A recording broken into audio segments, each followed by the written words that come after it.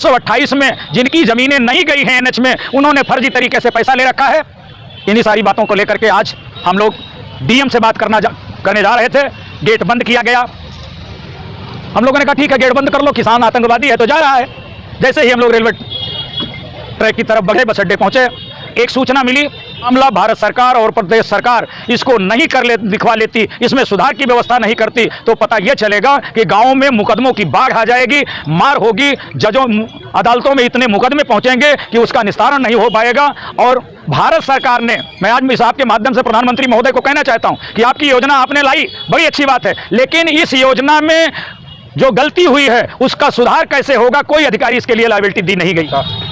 देखिए, कंगना रनौत की बात इसलिए मैं आज एक आपको साफ शब्दों में बता दूं कि बीजेपी में कुछ ऐसे मोहरे पाले जाते हैं कि जो समय समय पे किसानों के मुद्दे या लोगों का ध्यान डाइवर्ट करने का काम करते हैं। कभी महंगाई को डाइवर्ट करने के लिए कोई मध्य प्रदेश से बोल देगा। आज मध्य प्रदेश के मुख्यमंत्री मोहन यादव का एक बयान आया है कि अगर भारत में रहना है तो जय श्री राम और राधे कृष्ण कहना है, और नहीं तो हम कुछ लेंगे। डीएम साहब से ही बात होगी, बाकी किसी से बात नहीं होगी। हाँ, यानी 3 करोड़ रुपया पंचायती राज विभाग ने हमारी घरौनी का निकाल के खा लिया। हमारी घरौनी बनाई जा रही है, हमारे चक में दूसरे की घरौनी, आपकी कॉलोनी इनके नाम, इनकी कॉलोनी इनके नाम। कोई जब फिर बंद कर रहे हो, मैं फिर चला जाऊंगा। बंद क्यों कर रहे हो? बंद न करो, नहीं हम फिर चले जाएंगे, अब आप लोग नहीं पाओगे। मैं अगर सामंजस्य बना रहा हूँ, सामंजस्य बनाओ। हाँ, जब कह दिया क्यों बंद कर रहे हो? 3 करोड़ रुपया हमारा जा रहा है, हमारी कमाई है, पंचायती राज अधिकारी ने निकाल लिया। घरौनी का जवाब कोई नहीं दे रहा। मैडम, आपका घर इनके नाम दर्ज कर दिया गया। 5-5 महीने से, 8-8 महीने से हम लोग चिल्ला रहे हैं, कोई अधिकारी जवाब नहीं दे रहा है। सारा रिकॉर्ड हम लोगों ने दे दिया है, कोई तो बात करेगा हमसे। डीएम ने हमारी कह दिया, एसडीएम जयसिंहपुर को बात करो।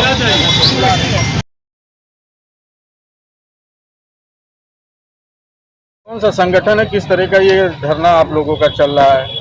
ये भारतीय किसान मजदूर संयुक्त यूनियन धरना चल रहा है भारत सरकार की 2 महत्वाकांक्षी योजनाओं में घपलेबाजी को लेकर के। और पहली योजना भारत सरकार की है कि जिसमें हम लोग मांग किया करते थे कि वो गरीब आदमी जिसके पास सिर्फ गांव में मकान है, उसको पास क्रेडिट कार्ड भी नहीं मिलता है। 3 सालों से लिखा पढ़ी के बाद तब भारत सरकार ने स्वामित्व योजना की बात की, और स्वामित्व योजना में पूरे उत्तर प्रदेश के लिए 224 करोड़ रुपया भारत सरकार की तरफ से मिला। लेकिन बधाई हो, पंचायती राज विभाग के मंत्री को गोल्ड मेडल मिल गया उत्तर प्रदेश सरकार के द्वारा, और उन्होंने 224 करोड़ रुपए डकारने का काम किया, जिस कड़ी में सुल्तानपुर जनपद से भी 3 करोड़ रुपए डकार लिया गया। पंचायती राज विभाग के अधिकारियों ने 3 करोड़ रुपया डकार लिया। इसके बाद स्वामित्व योजना का पूरा भार दे दिया गया राजस्व विभाग को। राजस्व विभाग को एक ड्रोन दिया गया, 3 दिन में ही पूरे तहसील में उड़ा करके तहसील का सर्वे कराना। और ऐसी परिस्थिति में 3 दिन में ड्रोन कैसे कब्जा करता? पूरे प्रदेश में राजस्व कर्मियों की इतनी कमी है, लेकिन शासन ध्यान नहीं दे रहा है। एक लेखपाल के पास 12-12 गांव हैं, एक सेक्रेटरी के पास 16-16 गांव हैं, और काम कैसे करेंगे? ऐसी कड़ी में लेखपालों ने क्या किया कि उनकी खतौनी घरौनी उनके नाम, उनकी घरौनी उनके नाम, उनकी खतौनी में 10 लोगों की घरौनी, उनके जहाँ बेहया खड़ा है वहाँ किसी का मकान दर्ज कर दिया। इन सारी बातों को लेकर के हम 10 महीने से जिला प्रशासन से अवगत करा रहे थे। राजस्व परिषद भी बात हो रही थी। एनएच 128 में जिनकी जमीनें नहीं गई हैं एनएच में, उन्होंने फर्जी तरीके से पैसा ले रखा है। इन्हीं सारी बातों को लेकर के आज हम लोग डीएम से बात करने जा रहे थे। गेट बंद किया गया। हम लोगों ने कहा ठीक है गेट बंद कर लो, किसान आतंकवादी है तो जा रहा है। जैसे ही हम लोग रेलवे ट्रैक की तरफ बढ़े, बस अड्डे पहुंचे, एक सूचना मिली कि चौक में डकैती पड़ गई है, और हमारा पूरा प्रशासन वहां है। और एक सेकंड, नहीं, फिर से वहीं से। हाँ बोलिए आगे से। पता चला कि बैंक के कर्मचारियों का एक घोटाला रहा पीढ़ी का, उसकी चर्चा की।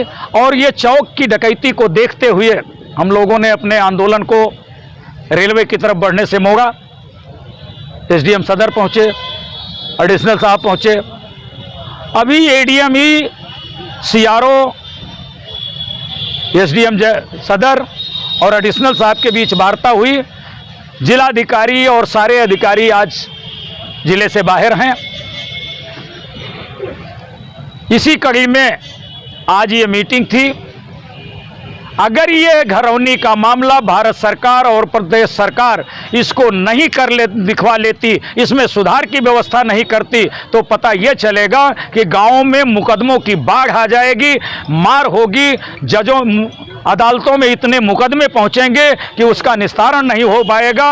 और भारत सरकार ने, मैं आज इस आपके माध्यम से प्रधानमंत्री महोदय को कहना चाहता हूं कि आपकी योजना आपने लाई, बड़ी अच्छी बात है, लेकिन इस योजना में जो गलती हुई है उसका सुधार कैसे होगा, कोई अधिकारी इसके लिए लायबिलिटी दी नहीं गई है। सरकार की एक सांसद हैं बीजेपी की, कंगना रनावत, आप सुने होंगे, वो कहते हैं कि किसान है नहीं, वो तो जो आंदोलन में बैठे थे वो वहाँ पे बलात्कार, अहिंसा और वहाँ पर उठाया नहीं जाता। तो जिस तरह से बांग्लादेश में आज लोग हिंदू बनाम मुस्लिम कर रहे हैं, उसी तरह वहाँ पर भी हो जाता। देखिए, कंगना रनौत की बात इसलिए मैं आज एक आपको साफ शब्दों में बता दूं कि बीजेपी में कुछ ऐसे मोहरे पाले जाते हैं कि जो समय समय पे किसानों के मुद्दे या लोगों का ध्यान डाइवर्ट करने का काम करते हैं।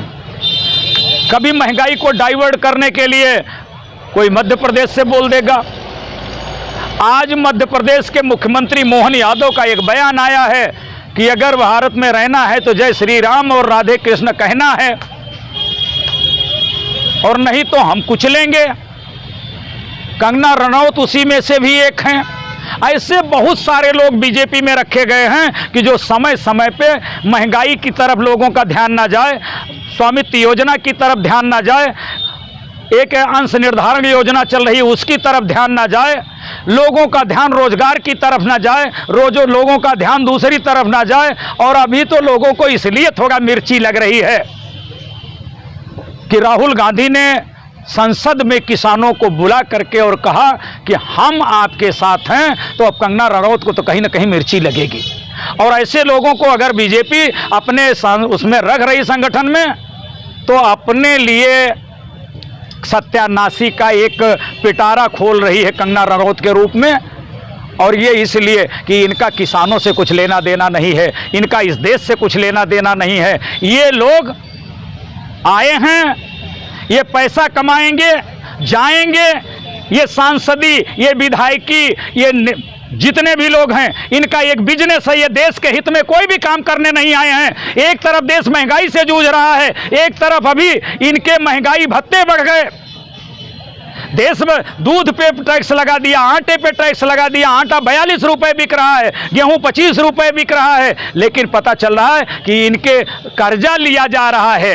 धन्य हो मोदी जी, कर्जा ले करके अपने विधायकों के, सांसदों के वेतन बढ़ा रहे हैं। जिस देश में बच्चे दूध के बगैर मर रहे हों, रोटी के बगैर मर रहे हों, 5 किलो अनाज पे जिंदा रहने के हों, उसी देश में सांसदों और विधायकों के वेतन, भत्ते, महंगाई, देश विदेश से कर्जा लेकर के इनको दिया जा रहा हो। अभी लोकसभा चुनाव हुआ है, आप इतना भड़ास निकाल रहे हैं मोदी सरकार, लोग कह रहे वाह वाह मोदी, वाह वाह मोदी, तभी तो इतना सीट पाए हैं। मोदी जी सीट नहीं पाए हैं, मोदी जी चुनाव हार चुके थे। ये पूरा देश जानता है। मोदी जी को चुनाव जितवाया है चुनाव आयोग ने। इस बात को मोदी जी ना वो करें। आज मोदी जी यूक्रेन से लौटे हैं, अपने हालात को मोदी जी खुद जान लें। जिस देश का प्रधानमंत्री पहले कह के आया था कि मैं चाय बेचता हूं, चाय बेचने वाले के एक दिन के सूट करोड़ों के हों, उसके खर्चे कई लाख में हों, 12,000 की लैट्रीन बनी गांव के किसानों की, और 35-35 लाख में लैट्रीन बने सांसदों और विधायकों की। ये कौन सा देश है, कहाँ का न्याय है?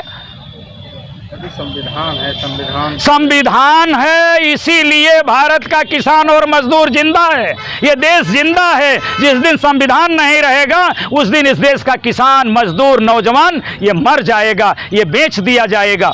अभी हाल में ही देखें तो क्रीमी लेयर एक लाया जिसमें एसटी के लोग काफ़ी आंदोलित हो, तो क्या वो प्रभाव डाल पाएंगे इस बार चुनाव 2027? देखिए, प्रभाव तो सारे लोग डाल ले जाएंगे। एक भारत का बंगाल बॉर्डर पे एकदम खड़ा एक अदना सा मजदूर किसान वहां से डांटेगा तो प्रधानमंत्री को असर दे जाएगा, लेकिन असर होता क्यों नहीं है? इन नेताओं में एक एक दलाल बैठे हुए हैं। प्रधानमंत्री मोदी जी कैसे बन पाते अगर बिहार से नीतीश जी अपनी ढपेली लेके पीटने न चले जाते? कर्नाटका से माननीय न आ जाते, जिसको अमित शाह ने कह दिया कि नीतीश कुमार के लिए बीजेपी के दरवाजे बंद हो गए हैं। क्या नाम उनका, चंद्रबाबू नायडू, उनके लिए भी कह दिया कि इसने अपने ससुर को मार करके कुर्सी हथिया ली। इसका कोई भरोसा नहीं है। आज इन्हीं दोनों बेभरोसे आदमियों को लेकर के भारत सरकार अपनी सरकार चला रही है। सरकार तो गई है, ये तो दलालों की सरकार है। ये दलाल जब भी भारत में रहेंगे ये किसान मजदूर मरता रहेगा। नीतीश कुमार को और चंद्रबाबू नायडू को एनडीए सरकार से इस्तीफा दे करके किसानों और मजदूरों की महंगाई पे, किसानों मजदूरों के अनाजों के दाम पे, किसान युवाओं की नौकरी पे इनको इस्तीफा दे देना चाहिए। आज जिस तरीके का भ्रष्टाचार है, या तो फिर नीतीश ये मान लें कि मैं भ्रष्टाचार का जन्मदाता हूं, चंद्रबाबू नायडू मान लें कि जो भ्रष्टाचार कर रहा है उसके दोनों बाहों को एक तरफ से चंद्रबाबू नायडू पकड़े हैं और एक तरफ से नीतीश जी पकड़े हैं। धन्यवाद।